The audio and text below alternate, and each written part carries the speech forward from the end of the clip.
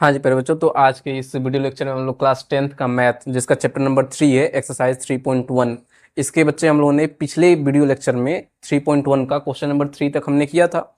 आज के इस लेक्चर में हम लोग उसी के अगले क्वेश्चन को सॉल्व करने वाले हैं, जो कि है फोर्थ नंबर क्वेश्चन। ठीक है बच्चे, जरा फोर्थ नंबर क्वेश्चन को समझिए। फोर्थ नंबर क्वेश्चन में कह रखा है कि हमको दो इक्वेशन दिए गए हैं, दो समीकरण दिए गए हैं जो कि लीनियर पेयर इक्वेशन है, और इन दोनों समीकरणों का हमको ग्राफ बनाना है। और ग्राफ कब बनाना है? जब वो संगत है। ठीक है, संगत के बच्चे सिर्फ दो ही कंडीशन है, पहला और दूसरा। अगर तीसरे वाले में आ रहा है तो संगत नहीं है, और जो संगत नहीं उसका ग्राफ नहीं बनाना है, जो संगत है सिर्फ उसी का ग्राफ बनाना है। ठीक है, तो चौथे वाले क्वेश्चन को देखते हैं। देखिएगा, सबसे पहले हम लोग इसको चेक करेंगे किस प्रकार का है, संगत है कि असंगत है। ठीक है, संगत हालांकि हर एक जो प्रॉपर्टीज है तीन स्टेटमेंट को देता है, प्रतिच्छेदित, अद्वितीय और संगत। ठीक है, तो हम लोग हर एक इक्वेशन को चेक करेंगे संगत है कि असंगत है। जो संगत रहेगा उसका ग्राफ बना देंगे, जो संगत नहीं रहेगा उसका ग्राफ नहीं बनाएंगे। तो देखो बच्चे, हालांकि जो भी स्टैंडर्ड इक्वेशन होता है इसको चेक करने के लिए इसके दूसरे साइड जीरो होता है। यहाँ पर 5 है तो इस 5 को इधर लाते हैं, तो ये देखो x प्लस वाई, और 5 को इधर ला दो तो माइनस का 5 बराबर हो जाएगा 0। और इसको करते हैं तो ये हो जाएगा 2x प्लस 2y, इसको इधर लाओगे तो हो जाएगा माइनस का 10 बराबर 0। अब इसके लिए स्टैंडर्ड इक्वेशन होता है बच्चे a1x plus b1y plus c1 बराबर 0। इसके लिए होता है a2x plus b2y plus c2 बराबर 0। ठीक है, यहां से देखोगे तो a1 का मान आएगा, a1 का मान इसका कंपेयर करो, आगे कुछ नहीं मतलब 1 है, और b1 का मान आगे कुछ नहीं मतलब 1 है, और यहाँ से c1 का मान है माइनस का 5। और यहाँ से चेक करो, देखो a2 का मान हो जाएगा 2, और b2 का मान हो जाएगा प्लस का 2, और c2 का मान हो जाएगा माइनस का 10। तो हम लोग निकाल लेते हैं a1 अपॉन में a2, बच्चे ये हो जाएगा 1/2। ऐसे ही हम लोग b1 अपॉन में b2 को निकालते हैं, b1 अपॉन में b2 भी 1/2 आएगा, और c1 अपॉन में c2। देखो c1 का मान है बच्चे माइनस का 5, और c2 का मान है माइनस का 10। अगर आप इसको कटाओगे तो 1/2 आएगा। ठीक है, 1/2 आ गया। अब जरा चेक करो, 1 2 3 तीनों 1/2 है, मतलब है यहाँ पर 1/2 बराबर है 1/2 के, और यही बराबर है 1/2 के। अब यहाँ से a1/a2, b1/b2 और c1/c2 ये बराबर है, मतलब निकाय संगत है, निकाय संगत है। बच्चे संगत को हम लोग कोरिस्पोंडिंग बोलते हैं, तो हम लोग बोलेंगे देयर सिस्टम इज कोरिस्पोंडिंग। ठीक है, सिस्टम को कोरिस्पोंडिंग है। अब संगत है तो इसका हम लोग को ग्राफ बनाना पड़ेगा। ग्राफ बनाने के लिए हम लोग दो पॉइंट्स निकालते हैं, तो हम लोग यहाँ पर दो पॉइंट्स को निकाल लेते हैं। देखो जी, हालांकि बच्चे संगत के साथ साथ अगर आप चेक करोगे तो ये वाला कंडीशन बन रहा है, संगत है और समपाती है। समपाती का मतलब यहाँ पे हम बता दे रहे हैं जी, देखो समपाती का मतलब ये है कि पहला वाला रेखा और दूसरा वाला रेखा दोनों एक के ऊपर एक, एक के ऊपर एक। ठीक है, मतलब एक के ऊपर एक है, तो अगर हम लोग ग्राफ बनाएंगे तो इसका एक के ऊपर एक ही लाइन है। इस वजह से हम लोग सिर्फ एक ही समीकरण का हम लोग सारणी बना रहे हैं। अगर इसके अलावा कोई और आता तो हम लोग को दोनों का बनाना पड़ता, लेकिन यहाँ पर एक के ऊपर एक ही हो रहा है तो मतलब लाइन एक ही है। इस वजह से हम लोग इसके किसी एक का, जिसका भी किसी एक का भी हम लोग सारणी बना ले रहे हैं और उसी को ग्राफ पे दर्शा दे रहे हैं। तो बच्चे हम समीकरण नंबर 1 का सारणी बना ले रहे हैं, तो यहाँ पे लिख रहे हैं समीकरण 1 के लिए, 1 के लिए। ठीक, for equation number 1, for equation 1। ठीक है जी, इक्वेशन 1 के लिए देखो x प्लस वाई बराबर 5 है, तो हम लोग यहाँ पर एक बार x का मान 0 रखते हैं। अगर आप x का मान 0 रखोगे तो x प्लस वाई बराबर है 5, मतलब 0 प्लस वाई बराबर 5। तो बच्चे यहाँ से y का मान आ जाएगा 5। ठीक है, अब एक बार x का मान रख लिए, एक बार y का मान रख लो, y बराबर 0, और ये अपने मन से रखते हैं। हालांकि आप लोग बार बार कोशिश कीजिएगा कि एक बार x बराबर 0, एक बार y बराबर 0, इससे क्वेश्चन ईजी होता है, पॉइंट्स ईजी आते हैं। देखो अगर y का मान 0 रखोगे तो x प्लस वाई बराबर है 5। अब x वैसे का वैसा, y का मान 0 तो x का मान आ जाएगा 5। ठीक है, इसका सारणी बना लेते हैं। देखो बच्चे, सारणी अगर आप बनाओगे तो ऐसा आएगा कि x और ये है y। अगर बच्चे x का मान 0 रखें तो y का मान 5 आ रहा है, अगर y का मान 0 रखें तो x का मान 5 आ रहा है। पॉइंट ए हमारे पास है 0,5 और पॉइंट बी हमारे पास है 5,0, दोनों पॉइंट्स है।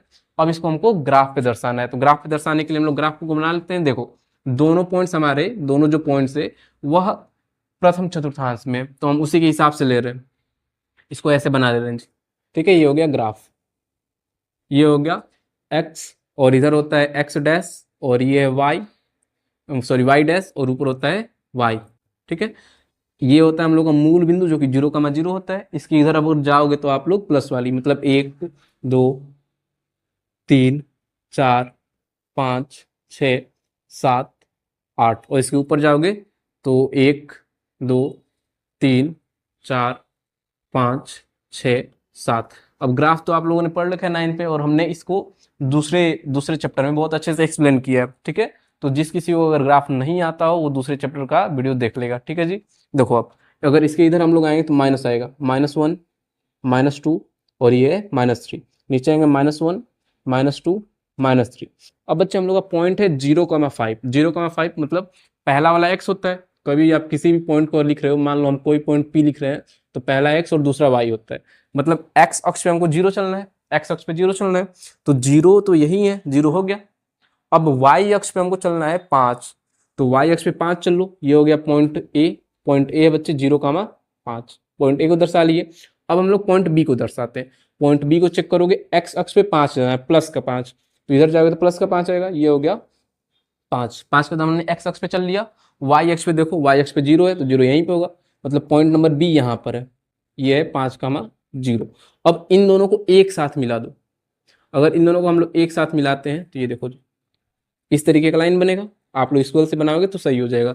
इसी वाले लाइन को हम लोग कहेंगे कि ये x प्लस वाई बराबर 5 का है, या फिर 2x प्लस 2y बराबर 10 का है। दोनों सेम चीज है। अगर आप इस वाले इक्वेशन में 2 का भाग दे दोगे इसके दोनों पक्षों में तो ये आ जाएगा, मतलब दोनों इक्वेशन सेम है, एक के ऊपर एक, मतलब एक ही रेखा है, अलग अलग रेखा नहीं है। ठीक है बच्चे, तो हम लोग सबसे पहले उसका पॉइंट्स निकालते हैं, चेक करते हैं कौन संगत है कौन संगत नहीं है।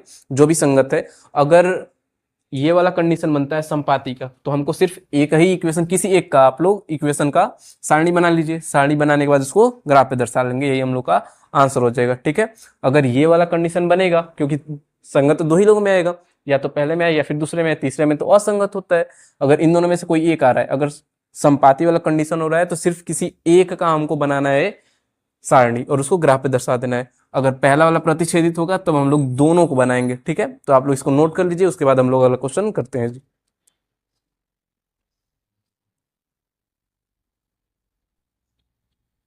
तो बच्चे हम लोग अगले क्वेश्चन को देखते हैं, जो कि हम लोग का क्वेश्चन नंबर चौथे का दूसरा है कि इसका 2 हमको समीकरण दे रखा है। अगर ये संगत है तो फिर से हमको इसको ग्राफ पे दर्शाना है, अगर असंगत होगा तो नहीं दर्शाना है। ठीक है, तो पहले हम लोग चेक कर लेते हैं। देखो स्टैंडर्ड इक्वेशन बदलते हैं, इधर 0 रहता है तो इसको इधर ला देते हैं 8 को, x माइनस वाई माइनस इधर आएगा 8 हो जाएगा बराबर 0। इसको हम लोग कंपेयर करेंगे बच्चे, a1x plus b1y plus c1 बराबर 0 से। अगर आप कंपेयर करोगे कुछ नहीं है, मतलब 1 है, a1 का मान है यहाँ पे 1 और b1 का मान बच्चे माइनस का 1, c1 का मान माइनस का 8। ऐसे इसको करते हैं, ये हम लोग के पास 3x माइनस का 3y, 16 को इधर ला दो हो जाएगा माइनस का 16 बराबर 0। ठीक है, अब कंपेयर करते हैं a2x प्लस b2y प्लस का c2 बराबर 16, सॉरी c2 बराबर 0। अब देखिए a2 का मान है बच्चे यहाँ पर 3 और b2 का मान है माइनस का 3 और c2 का मान है माइनस का 16। ठीक, तो हम लोग सबसे पहले काम करते हैं, a1 अपॉन में a2 को निकालते हैं। a1 अपॉन में a2, देखो a1 का मान 1 है और a2 का मान है 3। ठीक, और b1 अपॉन में b2 को निकालते हैं बच्चे, b1 का मान है माइनस का 1 और b2 का मान है माइनस का 3। ठीक है, ये है, और इसको अगर आप कटाओगे तो आ जाएगा 1/3। और हम लोग अगला निकाल लेते हैं जो कि c1/c2 है, c1 अपॉन में c2। c1 अपॉन में c2 को देखोगे तो ये माइनस का 8 और नीचे माइनस का 16, जो कि कट के आ जाएगा 1/2, माइनस माइनस कैंसिल, 8 से 2 बार में। बच्चे यहाँ पे आप चेक करो, a1 अपॉन में a2 1/3 है, ये भी 1/3 है, लेकिन ये 1/2 है। मतलब क्या हो रहा है, A1/A2 बराबर हो रहा है B1/B2 के, लेकिन C1/C2 के बराबर नहीं हो रहा है, मतलब निकाय असंगत है। यहाँ पे लिख देंगे असंगत। और बच्चे जो भी असंगत है उसका हमको ग्राफ बनाना ही नहीं है, इसको हम लोग लिख दे रहे हैं नॉट कोरिस्पॉन्डिंग, नॉट कोरिस्पॉन्डिंग। ठीक है, तो इसका हम लोगों को ग्राफ बनाना नहीं है क्योंकि ये नॉट कोरिस्पॉन्डिंग है, असंगत है। अब हम लोग बढ़ते हैं अगले क्वेश्चन को। देखो जी, अगले क्वेश्चन में ये डायरेक्ट स्टैंडर्ड फॉर्म है, इसकी इधर जीरो है, इसकी इधर जीरो है, तो हम लोग को स्टैंडर्ड फॉर्म बदलना नहीं है, डायरेक्ट A1 A2 और A1 A2 B1 B2 और C1 C2 की वैल्यू निकालनी। कंपेयर कर दो, A1x plus B1y plus C1 बराबर जीरो, इसको कंपेयर करेंगे A2x plus B2y plus C2 बराबर जीरो से। देखो इसको कंपेयर करोगे, तुलना करोगे तो A1 का मान आ जाएगा 2, और इसका अगर इसको करोगे तो B1 का मान आ जाएगा 1, और C1 का मान आएगा बच्चे यहाँ से -6। इसको कंपेयर कर दो तो A2 का मान आएगा 4, और B2 का मान आ जाएगा -2, और C2 का मान आ जाएगा -4। अब हम लोग A1/A2 B1/B2 C1/C2 निकालते हैं, क्योंकि प्रॉपर्टीज के लिए यही हमको चाहिए। इस वजह से A1/A2 बराबर है, देखिए A1 का मान 2 है और A2 का मान 4 है, कटाओगे तो 1/2 आएगा। B1/B2 निकाल लेते हैं। B1/B2 आएगा बच्चे, देखो B1 का मान 1 है और B2 का मान है यहाँ पे -2, ये हो जाएगा -1/2। ठीक है, अब देखो ये तो पहला वाला ही कंडीशन बन गया। क्यों? क्योंकि ये जो 1/2 है और -1/2 है, कभी आपस में बराबर नहीं होगा, मतलब A1/A2 बराबर नहीं है B1/B2 के, तो मतलब निकाय संगत है, कोरिस्पॉन्डिंग है। ठीक है बच्चे, अब जरा हमारी बातों को ध्यान सुनिए, क्योंकि बच्चे ये वाला निकाय संगत है तो इसका हमको ग्राफ बनाना है, तो ये ग्राफ बनाने का काम आपका है। ठीक है, आपको ग्राफ पे बनाना है। कैसे बनाना है? चूंकि यह प्रतिच्छेदित है, इंटरसेक्टिंग है, मतलब दो लाइन से एक दूसरे को काट रही है, तो आपको इन दोनों लाइन का सारणी बनाना होगा, टेबल बनाना होगा, उसमें आपको पॉइंट्स फाइंड करने हैं और उसके बाद इसको ग्राफ पेपर पे रिप्रेजेंट करना है। ठीक है बच्चे, तो ये आपका काम है जिसका आप लोग ग्राफ बनाओगे। इसके इक्वेशन के लिए और इसके इक्वेशन के लिए सारणी बनाना है, सारणी बना करके उसको ग्राफ पे दर्शा देना है। हम अगले क्वेश्चन की तरफ बढ़ जाते हैं जी। देखिए, इस क्वेश्चन को करने के लिए फिर से हम लोग वही तुलना करेंगे। तुलना करने के लिए नोट कर लेते हैं, ये है A1x plus B1y plus C1 बराबर 0। इसको हम लोग करेंगे तो ये हो जाएगा A2x plus B2y plus C2 बराबर का 0। देखो बच्चे, A1 का मान यहाँ से हो जाएगा 2, B1 का मान हो जाएगा -2, और C1 का मान हो जाएगा, इससे कंपेयर करोगे तो C1 का हो जाएगा -2। अब यहाँ से कर दो, A2 का मान हो जाएगा बच्चे 4, B2 का मान हो जाएगा -4, और C2 का मान हो जाएगा -5। देखते हैं क्या हो रहा है। तो A1/A2 की वैल्यू निकाल लेते हैं सबसे पहले। A1/A2 को अगर आप देखोगे तो ये है, A1 है 2 और A2 है 4, ये हो जाएगा 1/4। अब B1/B2 को निकाल लेते हैं, तो B1 है बच्चे हमारे पास -2 और ये है -4, तो ये कट के आ जाएगा 1/2 के, और सॉरी इसको कटाएंगे तो 1/2 होगा, ये 1/2। अब C1/C2 को निकाल लेते हैं। C1/C2, अगर आप C1/C2 को निकाल रहे हो तो ये देखो, -2 और -5 कटेगा तो हो जाएगा +2/5। यहाँ पर बच्चे देखो 1/2 बराबर हो रहा है, लेकिन ये जो तीसरा वाला है 2/5 के बराबर नहीं हो रहा है। इसका मतलब ये कौन सा कंडीशन, तीसरा वाला कंडीशन सेटिस्फाइज कर रहा है, जो कि है A1/A2 बराबर है B1/B2 के, लेकिन C1/C2 के बराबर नहीं है, मतलब यह असंगत है। ठीक है जी, और अगर असंगत है, नॉट कोरिस्पॉन्डिंग है, तो हमको इसका ग्राफ नहीं बनाना है, मतलब आपको सिर्फ इसी का ग्राफ बनाना है। इसका ग्राफ हमने बताया क्योंकि यह प्रतिच्छेदन है, इंटरसेक्टिंग है, दो लाइनें एक दूसरे को इंटरसेक्ट कर रहा है, तो हमको दोनों का टेबल बनाना है और उसको ग्राफ पे रिप्रेजेंट करना है। अगर बच्चे हमारे पास संगत आता है समपाती का, तो सिर्फ एक ही लाइन बनाना है। ठीक है, इसको आप लोग पूरा नोट कर लीजिए, इसके बाद हम लोग क्वेश्चन नंबर 5 की ओर बढ़ते हैं। ठीक है जी,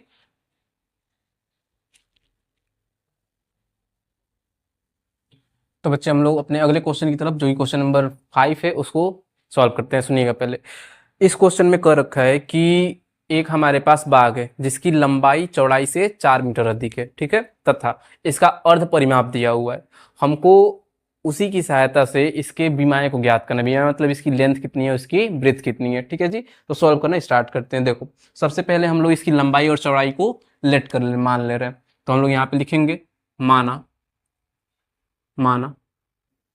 बाघ की लंबाई, ठीक है जी। बाघ की लंबाई को हम लोग x मीटर का मान ले रहे हैं कि x मीटर का है। इसको इंग्लिश में लिख लेते हैं let length of garden equals to x metre है एंड ब्रेथ मतलब चौड़ाई। बच्चे चौड़ाई को हम लोग मान लेते हैं कि ये y मीटर का है, ठीक है, y मीटर का है। अब अकॉर्डिंग टू क्वेश्चन कह रहे हैं बच्चे कि जिसकी लंबाई चौड़ाई से 4 मीटर अधिक है। हम लोग अब अकॉर्डिंग टू क्वेश्चन करते हैं। अकॉर्डिंग टू क्वेश्चन, इसको हिंदी में कहते हैं बच्चे प्रश्नानुसार। इसकी लंबाई चौड़ाई से 4 मीटर अधिक है। देखिएगा ये हो गया बच्चे लंबाई और ये हो गया चौड़ाई। अभी कौन अधिक है? अभी ये लंबाई अधिक है, किससे? इससे 4 मीटर अधिक है। अगर हम इसमें 4 घटा देते हैं तो दोनों लोग बराबर हो जाएंगे, इसीलिए हमने 4 को घटाया है और दोनों के बराबर कर दिया। देखो यहाँ पे हो जाएगा x माइनस इस वाले y को इधर ला दो, या फिर इसी को हम लोग बना लेते हैं समीकरण नंबर 1, क्योंकि हमको ग्राफ बनाना है। समीकरण 1 हो गया। अब अगला इसका देखना, अगला वाला क्वेश्चन क्या कर रहा है, इसका अर्ध परिमाप जिसको हम लोग बोलते हैं पेरीमीटर, सेमी पेरीमीटर, अर्ध परिमाप दिया हुआ है। अर्ध परिमाप जिसको हम लोग इंग्लिश में कहते हैं सेमी पेरीमीटर। बच्चे इसका सेमी पेरीमीटर 36 है, ठीक है, और सेमी पेरीमीटर का फॉर्मूला होता है 2x प्लस वाई, मतलब 2 इंटू लेंथ प्लस ब्रेथ। ये है 36, यहाँ से इक्वेशन बन जाएगी, इस वाले 2 को इधर ला दे रहे हैं तो x प्लस वाई की वैल्यू आ जाएगी 18। कैसे? इस वाले 2 को हम लोग इधर डिवाइड कर रहे हैं 36 अपॉन में 2, तो ये हो जाएगा x प्लस वाई, और इसको कैंसिल अगर आप करोगे तो ये हो जाएगा 18। इसको हम लोग बना लेते हैं इक्वेशन नंबर 2। अब हम लोग को ये बताना है कि इस गार्डन का लेंथ कितना है और ब्रेथ कितना है। इसको बताने के लिए हम लोग को, हालांकि बच्चे इसका हमने 3 विधि बताया है, आप इन दोनों इक्वेशन को जो हमने पहले वाले लेक्चर्स को इसका पढ़ाया है उसमें आप लोग जाकर देखिएगा। इसको सॉल्व करने की 3 मैनुअल मेथड है, लेकिन हमको एक्सरसाइज 3.1 में सारे question by the help of graph करना है, ठीक है। इस वजह से हम इसको ग्राफ पे रिप्रेजेंट करेंगे, ठीक है जी। देखिए ग्राफ बनाने के लिए हम लोग को दोनों को सॉल्व करना पड़ेगा, दोनों इक्वेशन को सॉल्व करना पड़ेगा। तो हम लोग अभी सबसे पहले समीकरण नंबर 1 के लिए कर रहे हैं सारी चीजें। समीकरण 1 के लिए, जिसको हम लोग इंग्लिश में लिखते हैं for equation number first equation के लिए कर ले रहे हैं। फर्स्ट इक्वेशन को पहले नोट करते हैं बच्चे। देखो या फिर टेबल ही बना लेते हैं, टेबल। देखो जी, और हर बार सिर्फ 2 ही पॉइंट लेने हैं, 2 पॉइंट इनफ होते हैं, पहला x दूसरा y। अब हमारे पास ये है कि x minus 4 equals to y है। बच्चे समझो, एक बार x बराबर 0 रख दो, अगर आप 0 रखोगे तो ये क्या हो जाएगा, 0 माइनस 4 इक्वल्स टू वाई। तो यहाँ से y की वैल्यू आ जाएगी माइनस का 4, मतलब अगर आप x का मान 0 रख रहे हो तो y का मान आ रहा है माइनस का 4। अब एक बार y बराबर 0 रख दो। देखो अगर हम लोग इसमें y बराबर 0 रखते हैं तो क्या होगा, x माइनस 4 और y के जगह पे 0, यहाँ के जगह पे 0 रख दिए तो x का मान आ जाएगा 4। तो बच्चे जब अगर आप y का मान 0 रख रहे हो तो x का मान आ रहा है 4, ठीक। इसको हमने नोट कर लिया। और याद रखना ये वाले जो x और y की वैल्यू है, जरूर नहीं कि आप x और y की रखो, कितना भी रख सकते हो, 1 2 3 4 कोई भी रख सकते हो, लेकिन हम लोग उसी को रखते हैं जो कि ईजी पड़ता है सॉल्व करने में, ठीक है। इस वजह से 0 रखना, हालांकि 0 रखना ज़्यादा प्रीफर माना जाता है कि बहुत अच्छा होता है 0 रखना। 0 रखने पे जल्दी जल्दी आंसर भी आते हैं और इजी भी होता है, ठीक है। इक्वेशन नंबर 1 के लिए हमने कर लिया। अब इक्वेशन नंबर 2 के लिए करते हैं। देखो जी, इक्वेशन नंबर 2 के लिए तो यहाँ पे हम नोट कर लेते हैं फॉर इक्वेशन सेकंड। समीकरण नंबर 2 के लिए हम सारी चीज़ कर रहे हैं जी। देखो जी, समीकरण नंबर 2 ये है कि x प्लस वाई बराबर है 18, हालांकि ये बड़े बड़े नंबर्स है तो हम इसको बड़े बड़े नंबर्स के हिसाब से ले रहे हैं। पहले हम लोग इसे यहाँ पे टेबल बना लेते हैं। ठीक, ये हो गया टेबल एक्स और वाई। अब बच्चे जरा समझना, अगर हम यहाँ पर x और y का मान 0 रखते हैं तो 18 18 आने लगेगा। 18 जो कि ग्राफ पे प्रदर्शित करना बड़े बड़े नंबर से, तो हम लोग हमेशा छोटे छोटे नंबर को लेते हैं। तो देखो, अगर हम लोग यहाँ पर x का मान 10 रख दे रहे हैं, x का मान 10 रख दे, ठीक है, x का मान अगर 10 रख रहे हैं तो देखो जी, x के जगह पे 10 हो जाएगा प्लस y बराबर है 18। तो बच्चे y का मान यहाँ से हो जाएगा, 10 को उधर भेजोगे तो 18 माइनस का 10 जो कि आ जाएगा 8। अगर आप x का मान 10 रख रहे हो तो y का मान आ रहा है 8, तो x का मान 10 तो y का मान आ रहा है 8। इसको नोट कर लिए। अब एक बार काम करते हैं कि y के मान को हम लोग 10 रख देते हैं। y के मान को 10 रख दिए। अगर आप y के मान को 10 रखोगे तो ये देखो, x प्लस 10 बराबर 18 है।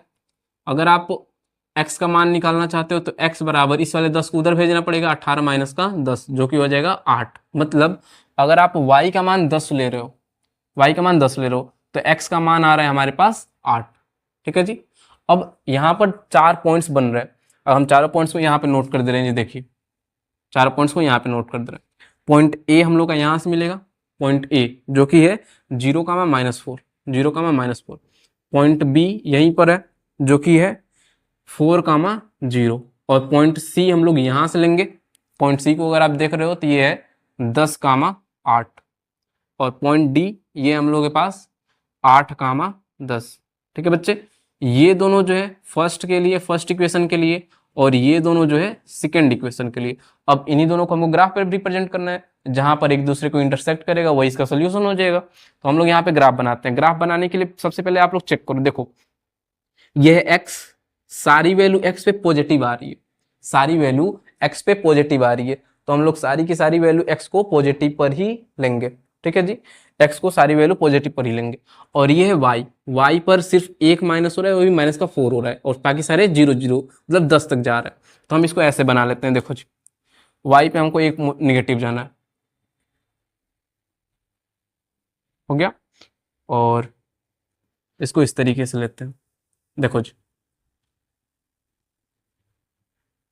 ये मूल बिंदु होता है 0,0 ओरिजिन पॉइंट, और इधर वाले को हम लोग कहते हैं x, इधर वाले को कहते हैं x डैश, ये है y, और नीचे आ जाएगा y डैश। हम लोग बच्चे हालांकि थोड़े बड़े बड़े नंबर है, 10 आ रहा है, 20 आ रहा है, तो हम लोग इसको यूनिट के हिसाब से कर ले, मतलब 2 2 का गैप पे चल रहे हैं। देखो पहला वाला 2, फिर 4, फिर 6, फिर 8, 10, 12, 14, 16, 18, 20, 22, 24, 26। थोड़ा बड़े बड़े नंबर्स को ले लिए कि पता नहीं कहाँ इंटरसेक्ट करेगा, एक दूसरे को कहाँ पर काटेगा, इसीलिए हमने ज्यादा नंबर्स को ले रखा है। आगे देखो जी, अगर आप इसको आगे देखते हो तो ये हो जाएगा 2, 4, 6, 8, 10, 12, 14, 16। अगर इसके आगे जाएंगे तो ये हो जाएगा माइनस का 2, माइनस का 4, माइनस का 6, माइनस का 8। और इसको नोट करना है, माइनस का 2, माइनस का 4, माइनस का 6, और माइनस का 8, माइनस का 10। अब आप लोग सोचोगे कि सर ये हर बार 2 2 गैप हम लोग ले रहे हैं, इसको कैसे बताएंगे? तो यहाँ पे नोट कर देना है कि हम लोग मान ले रहे हैं, माना 1 सेमी बराबर 2 यूनिट। ठीक है, मतलब हर बार 2 2 गैप करें, इस वजह से हमने नोट कर दिया। और एक्स वाई दोनों अक्ष के लिए पहले वाले पॉइंट को प्रदर्शित करते हैं बच्चे, जो कि 0,-4। एक्स अक्ष पे 0 0, ठीक है, वाई अक्ष पे माइनस का 4 जाना है, माइनस का 4 यहाँ पर आएगा, तो मतलब पहला वाला पॉइंट यहाँ पे आ जाएगा। पॉइंट ए यहाँ पर हो गया जो कि है 0,-4। पॉइंट ए को हमने नोट कर लिया है। अब पॉइंट बी को देखो, 4,0 है, 4,0 मतलब एक्स अक्ष पे हमको 4 जाना है, वाई अक्ष पे हमको 0 जाना है। एक्स अक्ष पे हमको 4 जाना है और वाई अक्ष पे 0 जाना है। ठीक, तो ये यहां पर आ जाएगा जी, एक्स अक्ष पे 4 और वाई अक्ष पे 0। यहाँ पे 4 हो गया, और एक सेकंड ये देखो, पहले एक्स अक्ष पे 0 गया और वाई अक्ष पे 4, ये ठीक है।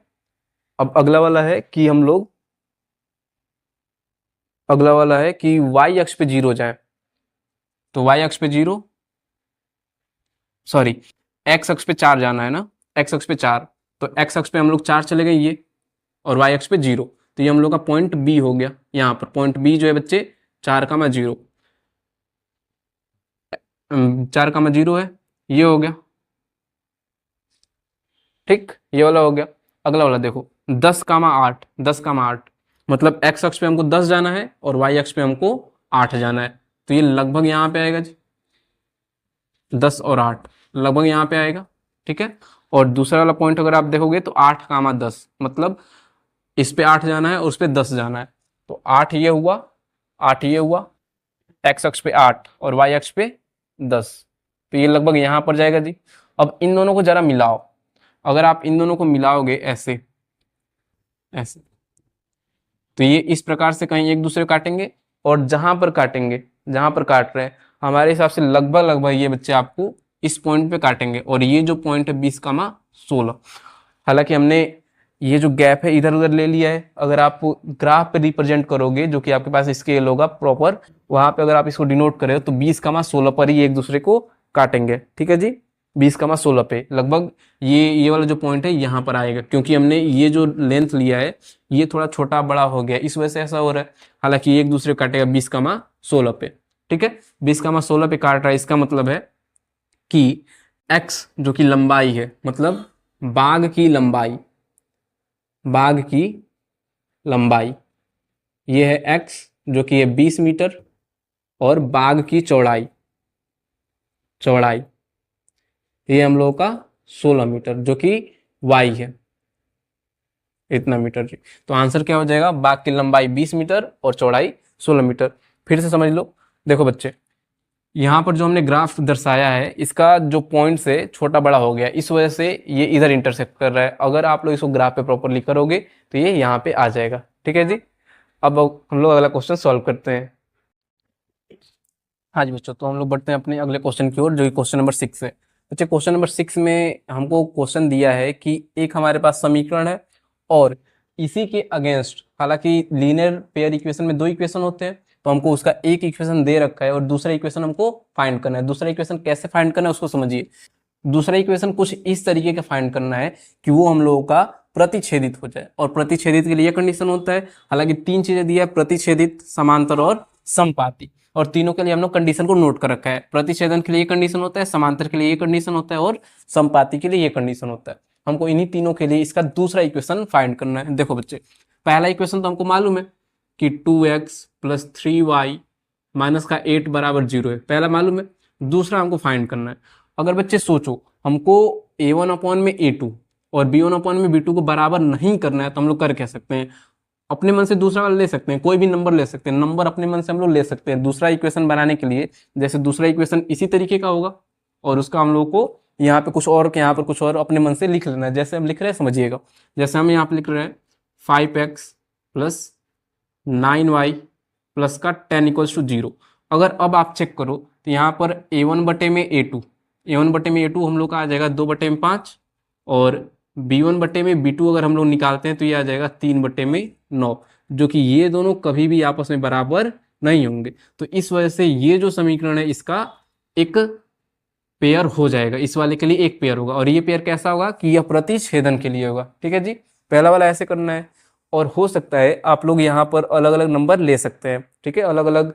अगर कोई और टीचर सॉल्व कर रहा है तो यहाँ पे अलग नंबर ले सकता है, यहाँ पे अलग नंबर ले सकता है, यहाँ पे अलग नंबर ले सकता है। सिर्फ शर्त क्या होना चाहिए, ये दोनों बराबर नहीं होने चाहिए, ठीक है। वैसे ही हम लोग दूसरा करते हैं। दूसरा वाला में करना क्या है बच्चे, पहले और दूसरे को बराबर रख रहे हैं, लेकिन तीसरा वाला बराबर नहीं होना चाहिए। तो देखो पहला इक्वेशन तो हमको पहले से मालूम है, जो कि 2x + 3y - 8 = 0, ठीक है, ये है। अब बच्चे हमको करना क्या है, पहला और दूसरा बराबर होना चाहिए। तो पहला और दूसरा कैसे बराबर हो रहा है, हम 1/2 का रेशियो लगा रहे हैं, मतलब 1/2, कि इसका भी 1/2 आ जाए, इसका भी 1/2 आ जाए, तो इसका 2 गुना हम कर दे रहे हैं 4x, प्लस इसका भी 2 गुना हम कर दे रहे हैं, जो कि हो जाएगा 3 दूना के 6y।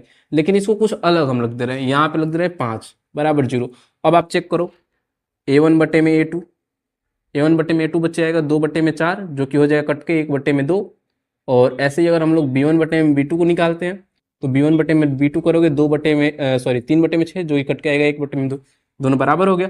अब तीसरा वाला देखो c1/(c2), जो कि है -8/(-5), कट के आएगा 8/5, जो कि पहला दोनों बराबर हो गया, लेकिन ये बराबर नहीं है, तो ये वाला इक्वेशन का पेयर इसके लिए समांतर के लिए हो जाएगा। ठीक है जी। अब तीसरा देखो, तीसरे वाले में बच्चे की समांतर होना चाहिए, मतलब तीनों बराबर होने चाहिए। तीनों बराबर होने के लिए देखो हम कर क्या रहे हैं, 2x + 3y - का 8 = 0। अब करना ये होता है, आप किसी एक और नंबर से इस सब में भी गुणा कर दो तो वो संपाती का मिल जाएगा। जैसे हम कर क्या रहे हैं, इसमें हम 3 का गुणा कर दें तो ये हो जाएगा 6x प्लस ये हो जाएगा 9y, ये हो जाएगा माइनस का 3 का गुणा करो, ये हो जाएगा 24 बराबर 0। आप निकालो, देखो a1/a2 अगर आप निकाल रहे हो तो ये आ जाएगा 2/6, जो कि कट के आएगा 1/3। वैसे भी अगर इसका निकालोगे b1/b2 तो ये आ जाएगा 3/9, जो कि है 1/3 का। और अगर आप c1/c2 को निकालते हो तो ये आ जाएगा -8/-24, जो कि आ जाएगा 1/3। तीनों बराबर हो गया, तो ये वाला जो है ये संपाती के लिए हो गया। ठीक है बच्चे, और फिर से कर रहे हैं, अलग अलग आंसर आ सकते हैं, सिर्फ होना क्या चाहिए, कंडीशन सेटिस्फाइज होने चाहिए, जो कि तीनों के हैं। ठीक है जी। अब हम लोग इसका लास्ट और 7वां क्वेश्चन कर लेते हैं। सबसे पहले आप इसको नोट कर लो। ठीक है,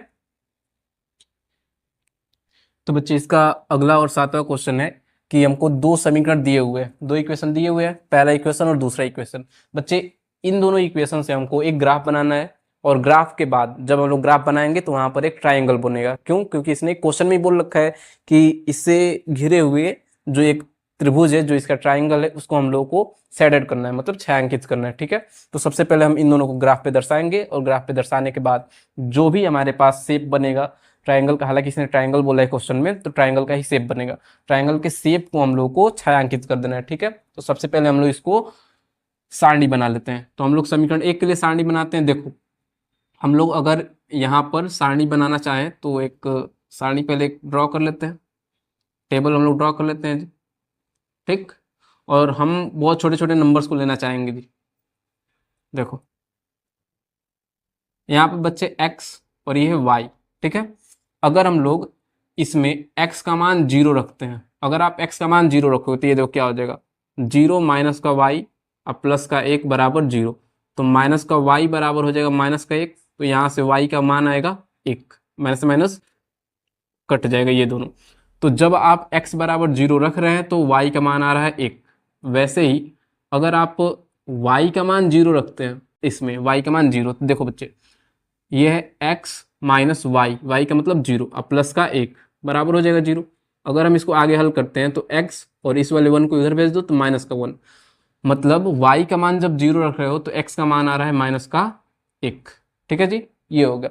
पहले के लिए हमने सारणी बना लिया, अब दूसरे के लिए सारणी बना लेते हैं। देखो, इसको बच्चे 12 को उधर भेज देते हैं, तो ये हो जाएगा 3x + 2y बराबर 12। अब सारणी बनाने के लिए एक हम लोग टेबल बना लेते हैं जी, ऐसे। समीकरण 2 के लिए हम लोग बना रहे हैं सारी चीजें। समीकरण 2 के लिए ये है x, ये है y। देखो, अगर हम लोग यहाँ पर x का मान 0 रखते हैं, इसमें x का मान अगर आप 0 रखोगे तो ये हो जाएगा 3 × 0, 0 हो जाएगा, प्लस 2y बराबर है 12। तो बच्चे यहाँ से y का मान आ जाएगा 2, उधर जाएगा गुणा में, ये 0 हो, 0 को हटा सकते हैं, तो ये हो जाएगा 12/6, जो कि कटेगा तो हो जाएगा 2। तो जब बच्चे x का मान 0 रख रहे हो तो y का मान आ रहा है 6। अगर हम लोग y का मान ही 0 रख दें तो देखो ये हो जाएगा 3x + 2 × 0, तो ये हो जाएगा 0 बराबर का 12। तो यहाँ से x का मान आ जाएगा 12/3, जो कि कटेगा तो हो जाएगा 4। मतलब अगर y का मान आप 0 रख रहे हैं तो x का मान आ रहा है 4। अब बच्चे यहाँ से हमको 4 पॉइंट्स मिल रहे हैं, उन चारों पॉइंट्स को नोट कर लेते हैं, हालांकि उधर हम लोग ग्राफ बना लेते हैं। देखो जी, चारों पॉइंट को हम यहाँ नोट कर ले रहे हैं। ठीक है, पहला पॉइंट है ए, जो कि हमारे पास 0,1। अब पॉइंट बी हमारे पास है जो कि है -1,0। पॉइंट सी हमारे पास है, पॉइंट सी 0,6, और पॉइंट डी है 4,0। ये बच्चे दोनों चीजें हैं फर्स्ट इक्वेशन के लिए, और ये दोनों चीजें हैं सेकेंड इक्वेशन के लिए।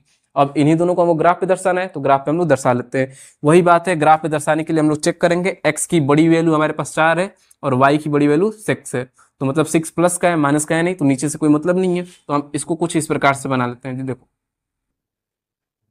ये हो गया, और y माइनस में सिर्फ 1 है, ठीक, ऐसे हो गया। आप लोग जब स्केल से ग्राफ पे बनाओगे तो बिल्कुल एक्यूरेट बनेगा। हालांकि बच्चे हम बोर्ड पे बना रहे हैं तो थोड़ा बहुत इधर उधर हो सकता है।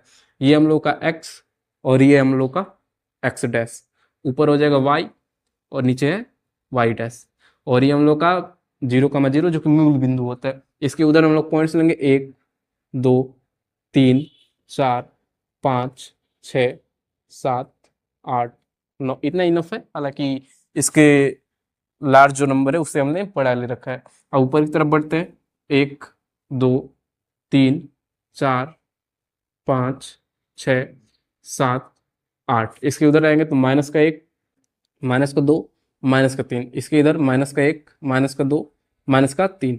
अब बच्चे ये सारे पॉइंट्स को हम लोग दर्शाते हैं। सबसे पहले पॉइंट ए को हम लोग यहाँ पे दर्शाते हैं। देखो पॉइंट ए है 0,1, 0,1 मतलब x अक्ष पे 0, y अक्ष पे 1, x अक्ष पे 0 चल गया, y अक्ष पे 1, ये पॉइंट यहाँ आएगा। पॉइंट ए ये है जो कि है 0,1, पहला वाला पॉइंट हमने दर्शा लिया। दूसरा वाला पॉइंट देखो -1,0, मतलब x अक्ष पे हमको -1 चलना है, x अक्ष पे -1, x अक्ष पे -1 ये है, और y अक्ष पे 0, तो y अक्ष पे 0 जाना ही नहीं है, मतलब ये वाला जो पॉइंट है b है, पॉइंट b है बच्चे -1,0, पॉइंट b हो गया, ये हो गया पॉइंट बी। अब हम लोग पॉइंट सी को दर्शाते हैं। देखो हालांकि सबसे पहले इसको हम लोग मिला के लाइन खींच लेते हैं, क्योंकि पहले इक्वेशन कंप्लीट हो गया, तो पहले इक्वेशन के लिए हमने ऐसा कर दिया है। ठीक है जी, ये हो गया। अब सेकेंड वाले के लिए करते हैं। 0,6 है, मतलब x पे हमको 0 जाना है, y पे 6 जाना है। x पे 0 यही है, y पे 6 हम लोग जाएंगे, तो ये हो जाएगा। ये पॉइंट सी है जो कि है x पे 0 और y पर 6, ये हो गया। पॉइंट डी 4,0, मतलब x अक्ष पे हमको 4 चलना है, 4 चल गए, y अक्ष पे 0 मतलब नहीं जाना है। अब इसको मिलाओ तो ये हो जाएगा पॉइंट डी जो कि है 4,0। अब इन दोनों को मिला के एक रेखा खींच देना है। ये देखो एक रेखा हो गया, और इस वाले पॉइंट को हम लोग, हालांकि ये देखो ये जो है ये हम लोग का पहला वाला रेखा है जो कि है x - y प्लस का 1 = 0, पहला वाला रेखा है। और ये वाला जो रेखा है दूसरे का है, दूसरे वाले को नोट कर लेते हैं बच्चे। दूसरे वाला है हमारे पास 3x + 2y, 3x + 2y -12 = 0। अब इस वाले जो एक दूसरे को काट रहा है पॉइंट, उसको हम लोग नाम देते हैं पॉइंट ई, पॉइंट ई हो गया। अब इससे मिल करके एक त्रिभुज बन रहा है, इसको देखो, हम इसको छायांकित कर दे रहे हैं, जैसा क्वेश्चन में बोला है छायांकित, इसको देखो शायद छायांकित कर दिए। ठीक है, यही हमारे पास पॉइंट है, तो हम लोग यहाँ पे लिखेंगे कि अतः, यहाँ पे हम नोट कर दे रहे हैं अतः त्रिभुज ई बी डी इन दोनों से मिलकर बना है। इंग्लिश में लिखेंगे triangle E B D is formed by these lines. ठीक है, इन दोनों लाइन से बना हुआ है, इसको आप लोग देख लीजिए, इतना हो जाए तो बताइएगा। और बच्चे इसका हम लोगों को पॉइंट भी बताना है, पॉइंट क्या क्या है। तो देखो पॉइंट बी 3 मिल रहे हैं, पहला पॉइंट, दूसरा पॉइंट और तीसरा पॉइंट, यही पॉइंट हमारे पास है।